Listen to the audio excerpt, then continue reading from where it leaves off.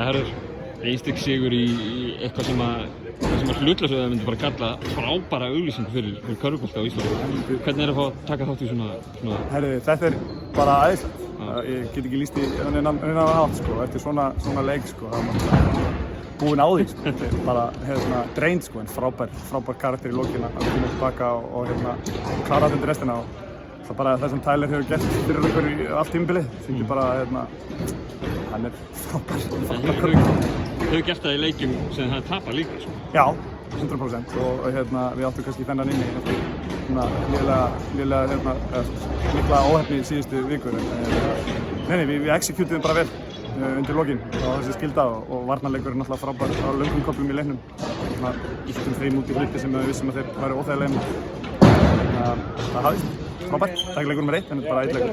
Hvernig er að mótivera menn? Nú hefur þetta verið erfiðasta tímabil kannski svona fyrir marga í manna vinnum bara. Já. Hvernig er að ná intensityinn upp á level sem við sáum hér í dag, þetta er ekki þetta sama.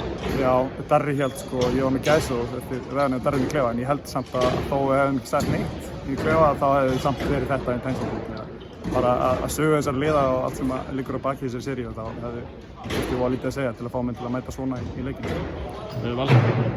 Valur, náttúrulega svona við fyrir myndi sögufélag KR verið stóru bróðurinn. Valur svona er komið upp og verið með nokkuð sterkt lið.